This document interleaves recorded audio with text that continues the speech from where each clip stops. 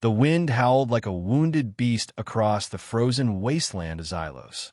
Cale Merrick pulled his tattered thermal coat tighter around his body, squinting through the swirling snow that stung his face like thousands of tiny needles. The temperature gauge on his wrist showed 38 degrees below zero. Another balmy day on this godforsaken rock. He trudged onward, his salvage sled dragging behind him, weighted down with scrap metal and components scavenged from the abandoned eastern quadrant of the mining complex. The outpost had been designed to house 200 workers. Now it sheltered only one. The rest were gone, buried in the ice or shipped home in containers. All except the 6 who had been under his direct supervision. Those ones had never made a home at all. Cale checked his oxygen levels. 43 minutes remaining. Enough to make it back to his shelter if he didn't dawdle. He'd converted an old administrative module into living quarters after the evacuation, its isolation systems jury-rigged but functional. Not comfortable, but sufficient to keep death at bay for another day. Another week. Another year. He'd stopped counting how many had passed. The storm was intensifying. His mapping device showed he was still 2 kilometers from safety, and visibility was deteriorating rapidly. Cale considered dropping some of his salvage to move faster, but each piece meant survival. The heater coil alone would keep his quarters warm for another 10 days. The copper wiring could be traded with passing drone merchants for food rations. On Xylos, to discard anything useful was tantamount to suicide. A sudden gust knocked him sideways, and he braced himself against what appeared to be a partially buried cargo container. As he regained his footing, something caught his eye, a faint bluish glow beneath a nearby snowdrift that seemed out of place. Probably nothing more than phosphorescent ice crystals formed around leaked reactor fluid. Still, anything unusual on Xylos warranted investigation. Unusual often meant valuable. Cale diverted his path, trudging through knee-deep snow toward the glow. As he approached, the wind briefly subsided, and he saw it wasn't mineral phosphorescence at all. It was biological, pulsing slowly beneath the snow like a fading heartbeat. He dropped to his knees and began digging frantically, his gloved hands scooping away the heavy snow until he uncovered what lay beneath. Not something, someone. A woman, or at least a female-appearing being. Her skin was pale blue with intricate bioluminescent patterns that pulsed weakly across her exposed flesh. Her hair, resembling crystalline filaments, was matted with ice. Her clothing, strange, flowing material now, torn and frozen stiff, suggested she wasn't from any human colony Cale recognized. Most striking were her features, delicate, alien, yet hauntingly beautiful even in what appeared to be the final stages of hypothermia. She was Lumina.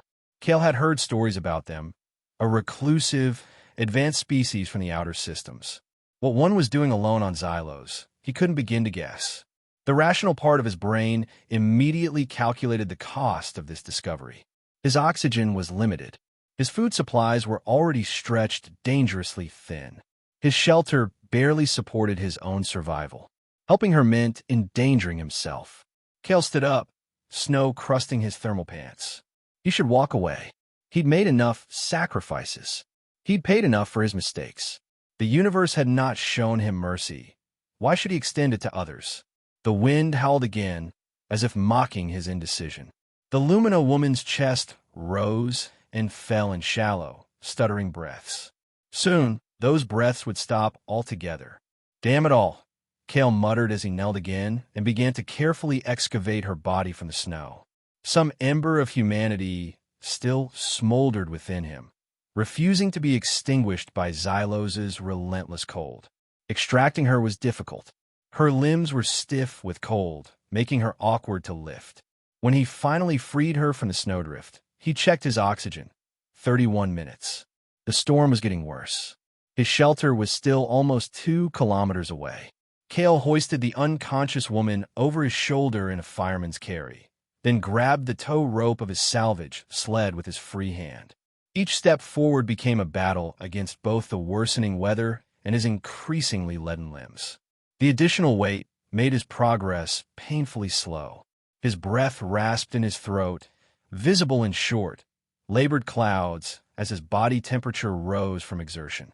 Just keep moving, he told himself through gritted teeth. One step, then another. The outpost appeared through the snow like a ghost, a series of interconnected modules, most dark and abandoned. Only one section showed signs of life, a faint light glowing from reinforced windows. Kale's sanctuary. By the time he reached the airlock, his oxygen read 7 minutes remaining. His muscles screamed in protest as he punched in the entry code with trembling fingers. The outer door slid open with a mechanical groan, allowing him to stumble inside. The airlock cycled, temperature rising as the outer door sealed and the inner one prepared to open. He gently laid the woman on the floor, noting that her bioluminescent patterns had grown alarmingly dim. The inner door opened to reveal his living space, a Spartan arrangement of salvaged furnishings within the repurposed administrative module. A cot against one wall, a makeshift kitchen area, a water recycling system cobbled together from mining equipment, various heaters positioned strategically throughout the room, all running at minimal power to conserve energy. Kale carried the Lumina woman to his cot and laid her down. Her skin was ice-cold to the touch, her pulse barely perceptible. He knew enough about extreme cold exposure to understand she needed immediate warming, but Lumina physiology was unknown territory. Would the standard treatments for human hypothermia help or harm her? He checked her clothing for identifying information or medical devices. Nothing. Her garments, though clearly designed for someone of means, offered little protection against Xylos's harsh environment. Why was she so ill-prepared? What had brought her here? Questions for later. First, survival. Kale activated his emergency medical scanner, running it over her still form. The device, calibrated for humans, struggled to interpret her biology, but managed to display some basic readings. Her core temperature was dangerously low, even accounting for potential differences between human and Lumina baselines. Her systems were shutting down. He removed her frozen outer garments and wrapped her in his thermal blanket, his only one. He increased the room temperature as much as he dared, knowing it would drain his precious power reserves faster. He heated water and filled containers, placing them around her body to create warmth. None of it seemed enough. Her bioluminescent patterns continued to fade, the rhythm of their pulsing growing more erratic. Kale paced the small confines of his shelter, mind racing. He'd seen hypothermia cases during his mining days, had treated fellow crew members after exposure accidents. But this was different. Her alien physiology wasn't responding to his efforts, and he was rapidly depleting his resources with nothing to show for it. His eyes fell on the communication terminal in the corner, specifically the universal credit reader attached to it. He still had 1 credit remaining. 1. He'd been saving it for emergency fuel next week, the difference between freezing to death and survival. Nearby, an automated trading drone was docked at the outpost's external port, one of the few services still maintained even after the evacuation. It carried essential supplies to the handful of holdouts and scavengers remaining on Xylos. Among its inventory, a high-end thermal regulation blanket, military grade, designed to adapt to the user's specific body temperature needs, regardless of species. 1 credit, exactly what the blanket cost. Kale looked at the fading woman on his cot, then at the credit reader. Use it for her, a stranger, an alien, or save it for himself, knowing what awaited him when the fuel ran out? He had survived this long by making calculated decisions, by putting his needs first after that disastrous day in mine, by hardening himself against anything that might compromise his survival. With a muttered curse, he slammed his hand down on the terminal, authorizing the purchase. The drone outside whirred to life, selecting the blanket from its inventory. A moment later, the delivery chute beside the communication terminal hummed as the package arrived. Kale unwrapped the sophisticated thermal blanket from its packaging. The material shimmered slightly, embedded with microscopic sensors and heating elements designed to provide perfectly calibrated warmth. He carefully wrapped it around the Lumina woman, activating the system with a touch to its control panel. The blanket immediately began to glow with a gentle heat, adjusting itself to what it determined were optimal conditions for her physiology. Kale watched, exhausted, as the bioluminescent patterns on her skin gradually stabilized, then slowly strengthened. He slumped into his chair, suddenly aware of how cold he felt without his own blanket, how depleted his energy reserves were after the grueling trek through the storm. His last credit spent, his careful rationing disrupted, his survival margin reduced to almost nothing. For what? For whom? The storm outside intensified, battering the outpost with renewed fury. Kale closed his eyes, listening to the winds howl. It would be a long, cold night. Morning brought no reprieve from the storm. Kale awoke stiff and chilled in his chair, having finally succumbed to exhaustion. His first thought was to check the Lumina woman. She was still, unconscious, but her condition had improved. The pattern of lights beneath her skin pulsed with greater strength and regularity. Her breathing had deepened. The advanced thermal blanket had done its work, adapting perfectly to her alien physiology.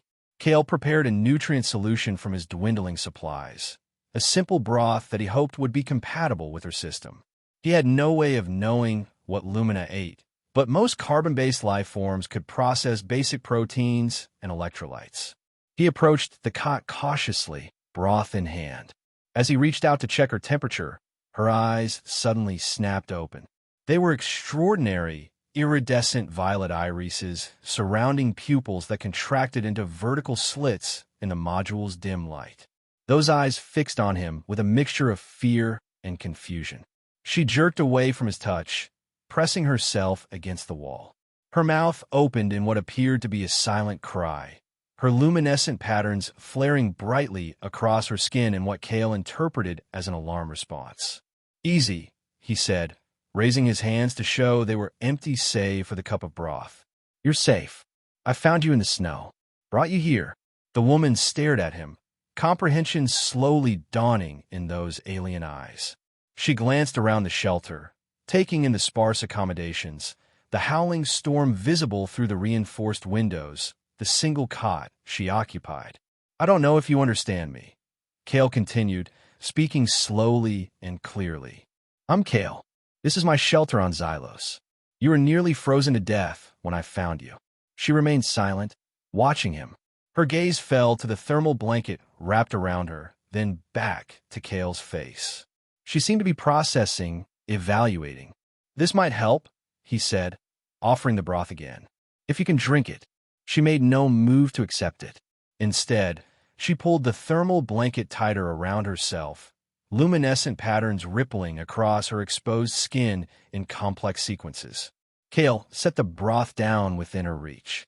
"It's there if you want it. I'll give you space." He retreated to his workbench on the opposite side of the module, busying himself with sorting through yesterday's salvage. He could feel her watching him, studying his movements. Several times he glanced over to find those violet eyes fixed on him, observing everything he did with careful intensity. Eventually, she reached for the broth, sniffing it cautiously before taking a tentative sip. Finding it acceptable, she drank the rest in small, measured swallows. The day passed in this fashion, Kale attending to his tasks, offering food and water when appropriate, the Lumina woman watching silently from the cot.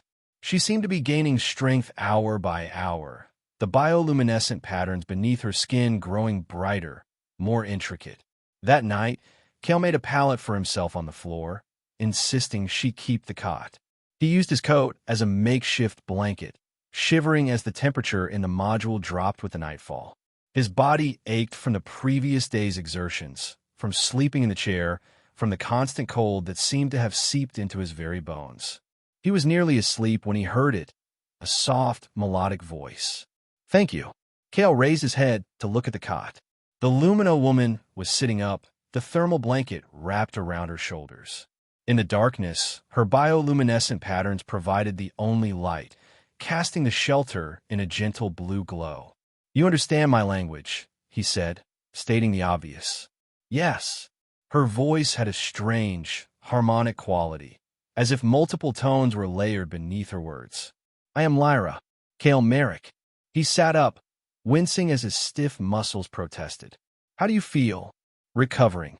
She studied him with those extraordinary eyes. You saved my life. Kale shrugged uncomfortably. Found you in the snow. Couldn't leave you there. Many would have. Her patterns shifted, creating swirls of light that trailed down her arms. Especially for one not of their kind. He had no response to that, so he asked the question that had been bothering him since finding her. What were you doing out there? Alone? In a storm? Lyra's luminescence dimmed slightly. Fleeing. From what? Those who murdered my bondmate. The blunt statement hung in the cold air between them. Kale waited, sensing there was more she wished to say. Damek Corporation. She practically spat the name. They wanted his research. When he refused to give it to them, Her voice trailed off, the light patterns on her skin coalescing into sharp, jagged lines. Kale felt a cold that had nothing to do with the temperature. Damek Corporation. The same company that had owned the mining operation he'd worked for. The same company that had ordered safety protocols bypassed to increase production quotas. The same company whose decisions had led to the collapse that killed his crew. I know Damek, he said quietly. Worked. For them. Until 6 of my crew died because they cut corners on safety equipment. Lyra's gaze intensified. You too have suffered their greed. Yeah. He looked away, the familiar weight of guilt pressing down on him. I was shift supervisor. Should have refused the orders. Should have reported the violations. Instead, I followed procedure. And they died. It was not your fault, she said, her voice softening. Damek has perfected the art of making others carry the burden of their crimes. Kale had heard similar sentiments from the company's psychiatrist during his debriefing, from the other miners who had survived, even from the families of the dead. But somehow, coming from this alien woman who had suffered her own loss at Damek's hands, the words carried more weight. Your bondmate, he said after a moment. What was he researching? Lyra hesitated, luminescent patterns shifting nervously across her skin. Energy conversion. He discovered a method to harness cosmic radiation and convert it directly into usable power. Clean, efficient, inexhaustible. Her eyes met his, and completely threatening to energy conglomerates like Damek. They killed him for it. She nodded. They sent representatives at first. Offer credits. When that failed, they made threats. When those failed, they came with weapons. Her voice cracked slightly. Tolver knew they would never stop. Before they broke into our habitat, he entrusted me with his research data and insisted I flee. I escaped through an emergency transport, but they pursued. All the way to Xylos, Kale concluded. Not exactly a prime vacation spot. My ship was damaged in the escape. I managed to send a distress signal to my people before crash landing here. I was attempting to reach higher ground to strengthen the signal when the storm hit. She looked down at her hands, where the bioluminescent patterns swirled in slow, sad circles. I underestimated this planet's hostility. Easy mistake to make, Kale said dryly. Xylos has a way of killing you while you're still planning how to survive it. Lyra's patterns brightened momentarily in what Kale interpreted as a small laugh. The sound that accompanied it was like crystal chimes. You have experience with this world, she observed. 5 years. Was supposed to be a 6-month rotation. He gestured vaguely around the shelter. After the accident, most of the crew evacuated. I stayed. Seemed fitting somehow. Self-imposed exile, Lyra said softly. Punishment for perceived failings. Kale didn't answer. She'd summarized his existence too accurately for comfort. Rest, he said, lying back down on his makeshift pallet. We'll figure out our next steps tomorrow. Lyra watched him for a moment longer, her bioluminescence dimming as she too settled back on the cot. In the darkness, her voice came once more, soft and melodic. You gave me your only thermal blanket. Kale closed his eyes. Get some sleep. Days passed, stretching into a week. The storm eventually subsided, allowing Kale to venture out for more salvage runs. Each time he returned, he half expected to find Lyra gone, having recovered enough to continue her escape. Each time, she was still there, her strength visibly returning as she moved about the small shelter with increasing confidence. They established a cautious routine. Kale would hunt for salvage or repair the shelter's systems during the day. Lyra, still weakened from her ordeal, would manage the shelter, sorting components, preparing simple meals from their limited supplies, and continuing to send periodic signals to her people using a communications array Kale had helped her salvage from her crashed ship. Their conversations grew longer, deeper. Kale found himself sharing stories of Earth, of his mining days before the accident, of the dreams he'd once had before Xylos had frozen them solid. Lyra had told him of her homeworld, Lumina, with its crystal spires and perpetual auroras, of her life with Talver, of their work together in the science enclaves. On the 8th day, as they shared a meager dinner of reconstituted protein, Kale's perimeter sensors triggered an alert. "Something's approaching from the north," he said, moving quickly to the monitoring station. The screen showed a faint heat signature approximately 3 kilometers out, moving with purpose through the snow. "Vehicle?" Lyra asked, coming to stand beside him. "Too small. Probably a scanner drone." He adjusted the sensors, tried to get a clearer image.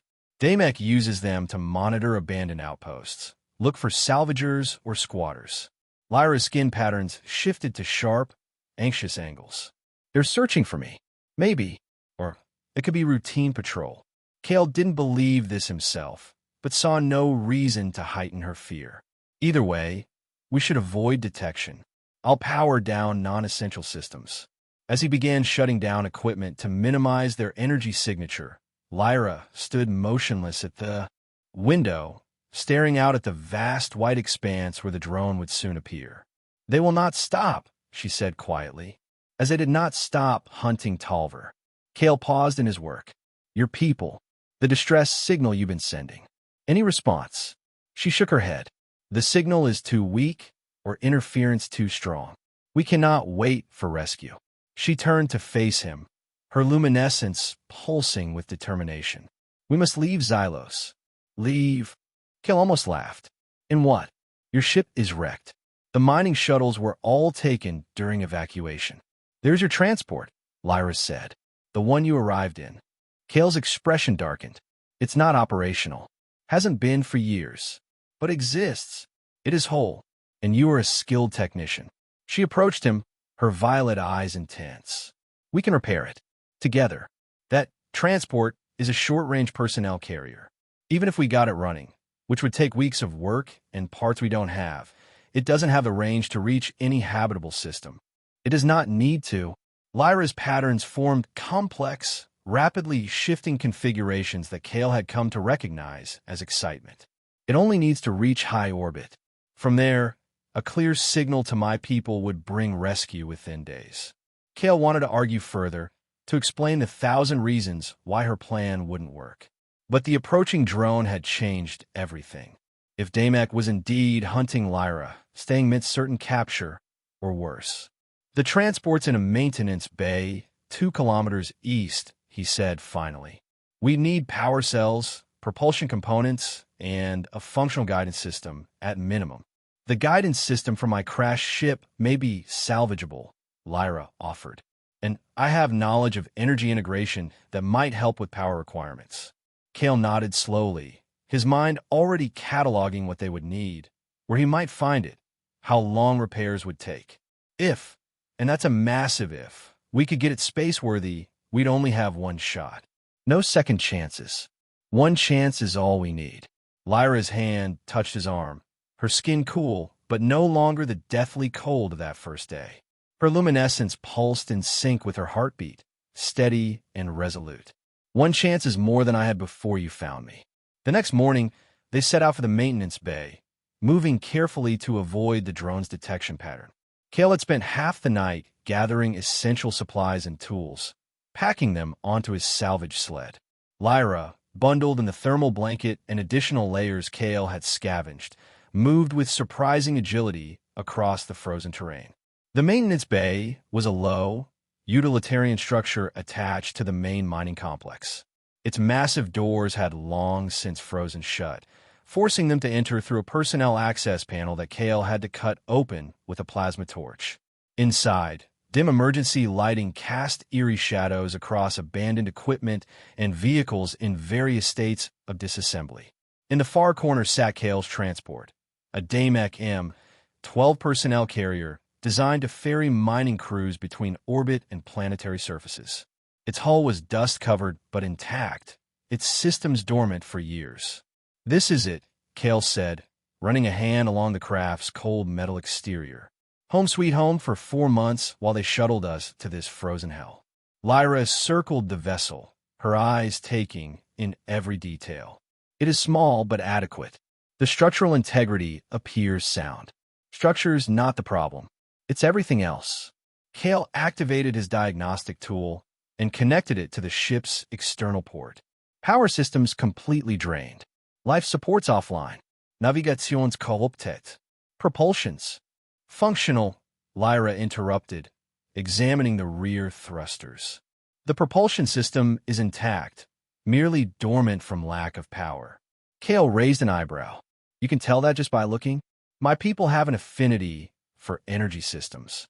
It is why Tolver's research was so revolutionary." She placed her hand on the thruster housing, her bioluminescence brightening. "I can sense the potential energy pathways. They are undamaged." Over the next hours, they conducted a thorough assessment of the vessel. Kale's technical knowledge of Damek equipment, combined with Lyra's intuitive understanding of energy systems, allowed them to identify exactly what needed repair or replacement. 3 weeks, Kale estimated as they finished their inventory. At minimum, and that's assuming we can find all the components we need. "We do not have 3 weeks. Lyra nodded toward his sensor device, which showed the drone had changed course, now heading directly toward the maintenance bay. "They have detected the ship's diagnostic activation." Kale cursed. "Back to the shelter. Now, we'll gather what we need and return tonight." They barely made it back to the outpost before the drone arrived at the maintenance bay. From the safety of the shelter, they watched on the monitoring system as the small, spherical device scanned the area, paying particular attention to the M-12 transport. "It's uploading data," Kale muttered, watching the transmission patterns. "Damek now knows someone's interested in that ship. How quickly will they respond?" Lyra asked, her luminescence dimmed with concern. "Depends. If they think it's just scavengers, they might send a larger drone or automated security. If they suspect it's you." He left the implication hanging.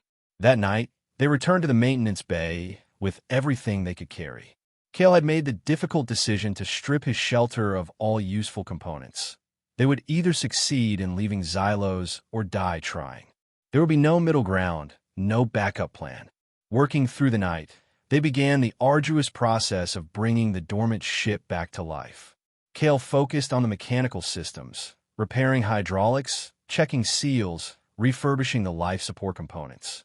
Lyra concentrated on the power systems, using her species' unique abilities to trace energy pathways and identify optimal configurations that Kale's conventional engineering knowledge would have missed. Days blurred together in a haze of exhaustion and determination. They worked in shifts, one always monitoring for approaching threats while the other continued repairs. They scavenged parts from across the abandoned mining complex, cannibalizing other equipment to serve their needs. On the 5th day, Lyra successfully integrated components from her crashed ship with the M-12 systems, creating a hybrid power source that required far less fuel than the original design. On the 7th day, Kale restored partial life support, allowing them to work inside the vessel without their thermal gear. They rarely spoke of what would happen if they succeeded, of what awaited beyond Xylos. The future remained an abstract concept, overshadowed by the immediate demands of survival and escape. On the 10th day, their sensors detected a larger signature approaching, a ship descending through Xylos' atmosphere. "Damek," Lyra whispered, her pattern sharp with fear as they watched the monitoring screen. "They've come themselves." Kale's mind raced. The M-12 was nearly operational, but not quite. The guidance system still required calibration. The hull integrity needed final checks. They needed at least another day. "They'll land at the main complex first," he said, studying the ship's trajectory. "Standard procedure. That gives us maybe 6 hours before they reach the maintenance bay." "Not enough time," Lyra said, her eyes fixed on the screen. "It has to be." Kale grabbed his tools. We finish now. No buttocks, no sleep. We launch the moment she's ready. They worked with frantic precision, all caution abandoned in favor of speed. Kale pushed himself beyond exhaustion, fueled by adrenaline and the certainty of what awaited if they failed. Lyra's bioluminescence burned bright with exertion as she manipulated delicate energy connections with both her tools and her inherent abilities. For hours later, the external sensors showed movement from the main complex. Figures in Damex security armor, armed with pulse rifles, moving methodically toward the maintenance bay. "They're coming," Kale said, his voice hoarse from fatigue. "How much longer?" "The integration is at 93%, Lyra replied, her hands moving in precise patterns over the navigation console. "We need at least 20 more minutes for minimum functionality." Kale checked the sensors again. The security team would reach them in 15. "Keep working," he said, grabbing his plasma cutter and heading toward the bay doors. "I'll slow them down." "Kale," Lyra began, her patterns flashing with alarm. 20 minutes, he cut her off. "Make them count." Outside, the eternal winter of Xylos greeted him with a blast of frigid air. The security team was visible now, 6 figures in black armor trudging through the snow, their weapons at ready position. Leading them was a 7th figure in a more elaborate suit, an executive rather than a guard, based on the styling. Kale took position behind a snowdrift, overlooking the approach path to the maintenance bay. He had no illusions about his chances in direct confrontation. His only goal was to delay, to buy Lyra the time she needed to complete the launch preparations. The security team was 300 meters out when Kale activated his plasma cutter, adjusted it to maximum discharge, and fired it at the nearest storage tank. The tank erupted with a satisfying boom, sending metal fragments and chemical fire in all directions. The team scattered, taking defensive positions as they tried to identify the source of the attack. Kale used the confusion to relocate, moving to another vantage point. He triggered a second explosion, this one closer to the team, forcing them to retreat further. Their leader, the executive, was shouting orders, gesturing angrily toward the maintenance bay. For nearly 15 minutes, Kale played this deadly game of cat and mouse, triggering explosions and mechanical failures across the abandoned complex, drawing the security team into false pursuits while gradually working his way back toward the bay. His oxygen was running low, his extremities numbing from cold and exertion. He was almost at the personnel entrance when a pulse blast caught him in the shoulder, spinning him around. He crashed into the snow, pain blooming across his left side. Through blurred vision, he saw a figure approaching, the executive weapon raised. As the figure drew closer, Kale could make out the features visible through the helmet visor. A woman, her expression cold and calculating. "Kale Merrick," she said, her voice distorted by the suit's communication system. "The last of the Sector 7 crew. Still serving penance for your failures, I see." Kale struggled to sit up, his injured shoulder screaming in protest. "Director Hayes. Still profiting from the deaths of your workers, I see." Director Elise Hayes, Damex Regional Operations Manager. The same executive who had ordered the safety bypasses that led to the collapse. The same one who had orchestrated the company's aggressive response afterward, ensuring all blame fell on junior leadership rather than corporate decisions. "We're not here for you, Merrick," Hayes said, keeping her weapon trained on him. "We're here for the Lumina and the data she stole." "Didn't steal anything," Kale gasped, buying time, praying Lyra had finished the preparations. "Her bondmate was murdered by your thugs. Her bondmate was developing technology that belonged to Damek under his contract terms." Hayes moved closer, her expression hardening. "Technology that could destabilize the entire energy market if misused. If by misused, you mean made available to everyone instead of just lining Damek's pockets, then yeah, I can see why you're concerned." Hayes's lips curved into a cold smile. "Always the idealist, beneath that bitter exterior. That's why you stayed here, isn't it? Punishment for failing to stand up to the big, bad corporation." She gestured toward the maintenance bay. "And now you're helping another idealist escape with proprietary technology." Some things never change. Behind Hayes, the security team was converging on their position, spreading out to surround the maintenance bay. Cale knew he had only moments before they breached the entrance. "You know what hasn't changed, Hayes?" he said, slowly reaching into his pocket. Damex shit security protocols. He pressed the emergency detonator he'd installed years ago as a precaution, a fail-safe in case the company ever tried to reclaim their shelter and the salvage he'd accumulated. Across the complex, secondary explosions erupted, larger and more violent than his earlier diversions. Emergency sirens wailed as dormant systems detected critical failures, automated responses activating dormant fire suppression and containment measures. In the chaos, Cale lunged forward, tackling Hayes into the snow. They struggled briefly before he managed to slam her head against a frozen pipe, dazing her. He grabbed her weapon and fired several shots toward the scattered security team, forcing them into cover. The maintenance bay doors began to rumble, slowly sliding open to reveal the M-12 transport inside, its engines glowing with power. Lyra had done it. Cale half ran, half staggered toward the opening, pulse blasts from the security team's weapons striking the ground around him. The ship's entry ramp was descending as he approached. He could see Lyra in the cockpit, her hands flying over the controls. A blast caught him in the leg, sending him sprawling just meters from the ramp. Pain blinded him momentarily as he dragged himself forward, leaving a trail of blood on the frozen ground. Another shot struck nearby, showering him with ice fragments. Suddenly, Lyra was there, half dragging him up the ramp, her slender frame surprisingly strong. Her bioluminescence flared brilliantly with the effort, lighting the bay in pulsing blue radiance. They collapsed inside the ship as the ramp closed behind them. Lyra immediately returned to the controls, initiating the launch sequence. The M-12 shuddered as its engines fully engaged, lifting slightly off the bay floor. "Systems at minimum operational capacity," Lyra called out as Cale dragged himself into the co-pilot's seat, blood seeping through his thermal layers. "Structural integrity holding. Power at 63.